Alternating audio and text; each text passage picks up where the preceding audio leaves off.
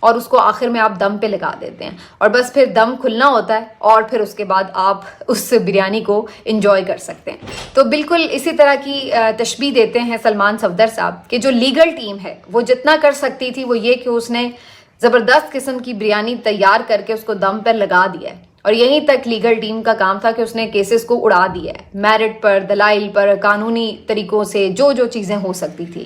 آگے اب انہوں نے ایک بڑا زبردست اور اہم اشارہ کیا ہے. انہوں نے کیا کہا ہے؟ انہوں نے کہا ہے کہ اب ہم یہ چاہتے ہیں کہ جو پولیٹیکل سائیڈ ہے, جو پولیٹیکل ونگ ہے, یعنی جو سیاسی جماعت ہے خود پاکستان تحریک انصاف, دم اب وہ اٹھائے. سمجھ رہے ہیں آپ؟ اب آپ کو سمجھ آئے گی کہ آگے کا جو احتجاج کا پلان ہے وہ کیوں رکھا گیا ہے.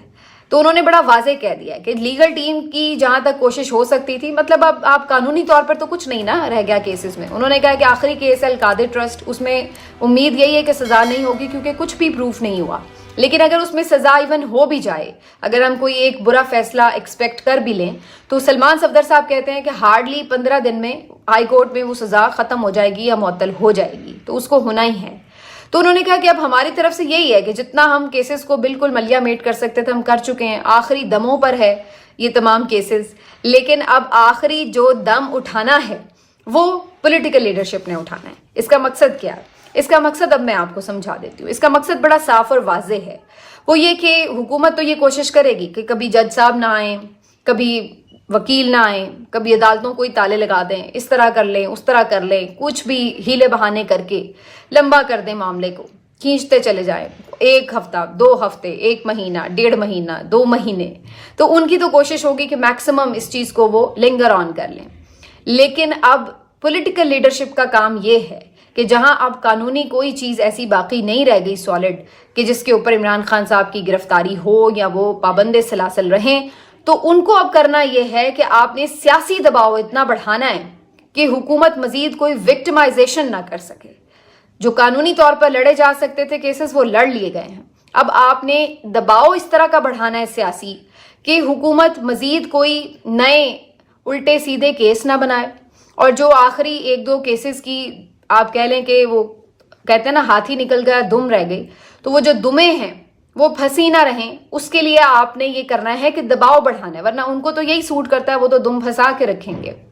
تو اس کے لیے آپ نے کیا کرنا ہے؟ اس کے لیے آپ نے سیاسی دباؤ بڑھانا ہے. اب پاکستان تحریک انصاف کے لیے چیلنج ہی یہ ہے بیسیکلی کہ انہوں نے باہر یہ دباؤ کیسے بڑھانا ہے کہ جس کی وجہ سے عمران خان صاحب کی رہائی کے لیے راستہ صاف ہو جائے اور یہ جو چھوٹے موٹے اب کانٹے رہ گئے ہیں, پتھر رہ گئے ہیں, یہ بھی ہٹ جائیں.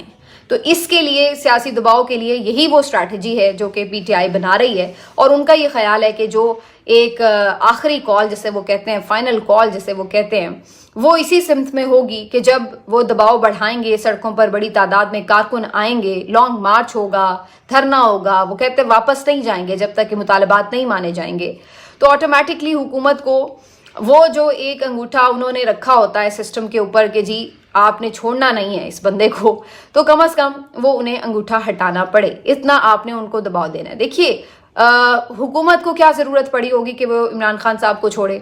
تو نہیں چھوڑیں گے نا. عمران خان صاحب کے سیاسی مخالف کیوں چاہیں گے کہ وہ ان کو چھوڑیں؟ تو آپ نے ان کو اس پریشر میں لانا ہے کہ وہ آپ سے بات کریں, اور اس کے نتیجے میں آپ ان سے یہ کہہ سکیں کہ عمران خان صاحب کی رہائی کو اب کسی طور پر بھی روکنا بلا جواز ہے, جبکہ کوئی قانونی کانکریٹ کیسز رہ ہی نہیں گئے. تو اس کے لیے یہ ساری اسٹریٹجی ہے. اس کے علاوہ بھی اس کے طریقے ہو سکتے ہیں. آپ پارلیمان میں احتجاج کر رہے ہیں, آپ اپوزیشن جماعتوں کے ساتھ الائنس بنا رہے ہیں, آپ اپنا میڈیا پر, سوشل میڈیا پر بالکل ایک پریشر بڑھا رہے ہیں, آپ انٹرنیشنلی پریشر بڑھا رہے ہیں.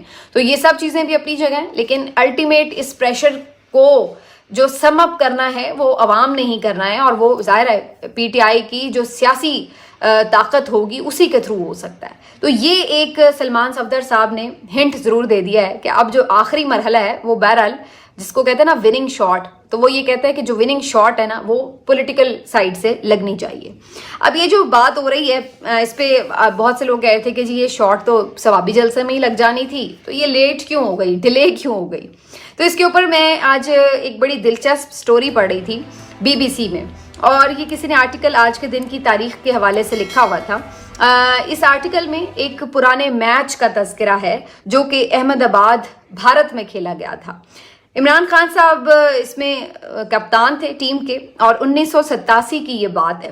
اور یہ بڑی دلچسپ سٹوری مجھے لگی. پہلے میں آپ کو اس سٹوری کو بتا دوں کہ میچ میں کیا ہوا اور پھر دیکھتے ہیں کہ اس کو آج کے حالات سے ریلیٹ کیسے کیا جا سکتا ہے. تو جناب 1987 کی یہ بات ہے. پاکستان کی ٹیم 5 ٹیسٹ میچز کی جو سیریز ہے وہ کھیلنے کے لیے بھارت میں موجود تھی. 3 جو ٹیسٹ میچ تھے وہ آلریڈی ڈرا ہو چکے تھے اور جو چوتھا ٹیسٹ میچ تھا وہ یہ احمد آباد میں کھیلا جا رہا تھا. جو پہلے 3 دن کا آپ کہہ لیجئے کہ پہلے 2 دن کا سارا جو کھیل تھا وہ بہت زیادہ سلو تھا اور بہت ہی سلو بیٹنگ کی. پاکستان نے ٹاس جیتا, بیٹنگ کی اور پاکستان کے جو پلیئرز ہیں بیٹسمین انہوں نے بڑا سلو گیم چلایا. تو جو شائقین تھے وہاں پہ وہ خاصے بور بھی ہو رہے تھے کہ یہ کس طرح کا میچ ہو رہا ہے. تیسرے دن جا کے پاکستان کی اننگز ختم ہوئی اور پاکستان نے کوئی 395 رنز بنائے. اس کے بعد ہوتا یہ ہے جناب کہ بھارت کی ٹیم جو ہے وہ آ جاتی ہے میدان میں میچ کھیلنے کے لیے, اننگ کے لیے, بیٹنگ کے لیے, اور وہ بھی آ کے بڑا سلو سا کھیلنا شروع ہو جاتے ہیں. اب جو شائقین ہے ایک تو ان کے صبر کا پیمانہ بھی لبریز ہوا ہے کہ جناب کیا بورنگ سا میچ ہمیں دکھا رہے ہیں. اور دوسرا کیا ہوتا ہے کہ وہاں پر اچانک سے جب چل رہا ہے میچ, جو انڈین پلیئرز ہیں وہ کریز پر موجود ہیں, پاکستانی پلیئرز فیلڈ میں موجود ہیں, فیلڈرز. تو وہاں پر شائقین کی طرف سے کسی ایک شخص نے پانی کی بھری بوتل جو ہے وہ ایک پاکستانی فیلڈر کے طرف نشانہ لگا کر مار دی, اچھال دی. وہ اس کے قریب ہی گری اور اس کے بعد وہ ایک سلسلہ شروع ہوا تو اس کے بعد وہ سلسلہ شروع ہو گیا. پھر تو 1 سے بوتل, 2 بوتل, 4 بوتل, اور اس طرح کرتے کرتے شائقین کے ہاتھ میں جو آنے لگا انہوں نے پھینکنا شروع کر دیا. بعض نے تو پتھر تک پھینکے اور جس کے ہاتھ میں جو لگا, کوئی آئس کریم سٹک پھینک رہا ہے اور کوئی پانی کی بوتلیں, کوئی پتھر, کوئی پلاسٹک کے ٹکڑے, اور جو ان کے ہاتھ لگ رہا ہے. تو وہ ایک دم جب یہ سچویشن بنی تو عمران خان کیپٹن تھے, ظاہر ہے انہیں اپنی ٹیم کی فکر ہوئی. انہوں نے جناب ان کو فوراً اشارہ کیا اور سارے جو پاکستانی پلیئرز تھے وہ پویلین میں جا کر بیٹھ گئے اور انہوں نے اندر سے دروازہ بھی بند کر لیا. اب یہ ظاہر ہے انڈیا کے لیے بڑی امبیرسنگ سچویشن تھی. انتظامیہ بھی وہ تھے اور ہوسٹ تھے اور ظاہری سی بات ہے ان کے لیے بڑی عالمی شرمندگی کی بات تھی. تو اس کے بعد انہوں نے کہا کہ جی اس طرح میچ بھی رک گیا ہے تو کیا اس کا حل نکالا جائے. تو انہوں نے انتظامیہ نے پھر یہاں پر جو بھارتی پلیئرز تھے ان کی مدد لی, سنیل گواسکر کی, کپل دیو کی, اور ان سے اناؤنسمنٹ کروائی. انہوں نے گجراتی میں اناؤنسمنٹ کی, شائقین کو ذرا ٹھنڈا کیا, کول ڈاؤن کیا, انہیں سمجھایا کہ دیکھیں جی یہ تو ہمارے مہمان ہیں اور اس طرح اگر ہم ان کے ساتھ ٹریٹ کریں گے تو ہم کیا اپنا امیج دے رہے ہیں. تو آپ کو انہیں ویلکم کرنا چاہیے, ان کو سپورٹ کرنا چاہیے, ان کو اچھے طریقے سے بیہیو کرنا چاہیے بجائے اس کے کہ آپ اس طریقے سے ان کے ساتھ بیہیو کریں. تو انہوں نے ان سے کافی ریکویسٹ کی. خیر شائقین بھی ظاہر ہے اپنے ہیروز کو مانتے ہیں, وہ بھی شانت ہو گئے, سارے بیٹھ گئے. عمران خان صاحب نے ٹیم کو اشارہ کیا اور وہ واپس گراؤنڈ میں آنا شروع ہو گئے. جیسے ہی ٹیم واپس گراؤنڈ میں آ رہی تھی تو نعرے وارے لگ رہے تھے شائقین کی طرف سے. تو ایک دم سے عمران خان صاحب نے شائقین کو دیکھتے ہوئے دوبارہ واپس پیویلین بھجوا دیا ٹیم پلیئرز کو. اب سب حیران تھے کہ اب کیوں یہ چلے گئے, لیکن تھوڑی دیر بعد جب واپس آئے ٹیم کے پلیئرز تو ان میں سے بہت سارے لوگوں نے ہیلمٹ پہنے ہوئے تھے. یعنی وہ تمام پلیئرز آپ یوں سمجھ لیجئے جو ذرا باؤنڈری کے آس پاس کھڑے ہونے تھے ان سب نے ہیلمٹ پہن لیے تھے. تو عمران خان صاحب نے اپنی ٹیم ممبرز کو بچاؤ کے لیے ہیلمٹ پہنوا دیے کہ اگر یہ کوئی لوگ پتھراؤ کریں یا کوئی ایسی صورتحال ہو تو کم از کم ان کی کوئی ہیڈ انجری نہ ہو, تو تھوڑی بچت ہو جائے. تو انہوں نے ہیلمٹ پہنا کے ان کو فیلڈ میں کھڑا کر دیا. تو اس لحاظ سے یہ ایک بڑا انوکھا ٹیسٹ تھا کہ جہاں پر فیلڈرز جو ہیں وہ ہیلمٹ پہن کے فیلڈنگ کر رہے ہوں, اور سبھی اس بات پہ اور ان کے اس آئیڈیا پر سب حیران بھی تھے. اور عمران خان صاحب نے بہرحال یہ میچ ختم نہیں کیا کہ وہ ناراض ہو کے بیگ پیک کریں اور جی ہم کھیلیں گے ہی نہیں, لیکن انہوں نے میدان میں رہے اور انہوں نے اپنے فیلڈرز کو پروٹیکٹ بھی کیا اور اس کے ساتھ انہوں نے یہ میچ کھیلا بھی الٹیمیٹلی. بلکہ اس میچ میں جو سنیل گواسکر ہیں ان کے 10,000 رنز مکمل ہوئے. تو دوبارہ سے شائقین ایک دفعہ گراؤنڈ میں آ گئے اور بڑا جشن منایا.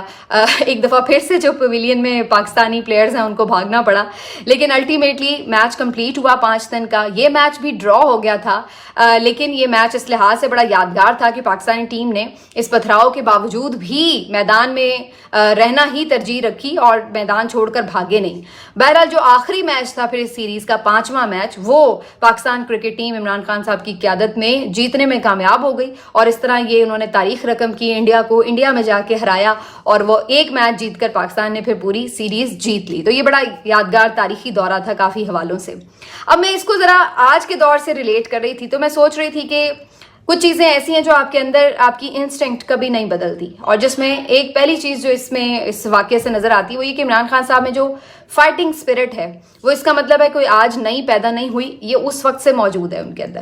اس وقت بھی چاہے کتنے بھی بدتر حالات ہو گئے لیکن انہوں نے میدان نہیں چھوڑا آج کی طرح. آج بھی وہ جیل میں ہیں، برے حالات ہیں، لیکن یہ نہیں ہے کہ وہ جیل سے بھاگنے کے لیے کہیں کہ جی اب میں بیرون ملک چلا جاؤں. وہ میدان میں موجود ہیں اور تمام جو ڈیفیکلٹیز ہیں اس کو فیس کر رہے ہیں.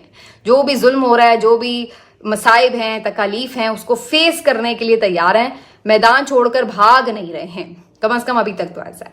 دوسری جو چیز میں نے دیکھی وہ یہ کہ عمران خان صاحب کو اپنے ٹیم پلیئرز کے حوالے سے بھی کتنی فکر ہے کہ انہیں ان کی پروٹیکشن کا پورا خیال ہے. جہاں وہ انہیں بیک اپ کرتے ہیں، انہیں سپورٹ کرتے ہیں، وہیں ان کی پروٹیکشن بھی کرتے ہیں اور انہیں ہیلمٹ پہنا کے بھی فیلڈ پہ اتار دیتے ہیں. تو آج بھی یہی صورتحال ہے کہ جہاں عمران خان صاحب کو لگتا ہے کہ کوئی تصادم ہو سکتا ہے، خدا نخواستہ خون ریزی ہو جائے گی، خدا نخواستہ یہ نہ ہو کہ لوگوں کے اوپر کوئی جانی نقصان ہو جائے، تو وہ ایسی صورت میں فوراً ایک قدم پیچھے بھی ہٹنا پڑے تو ہٹ جاتے ہیں.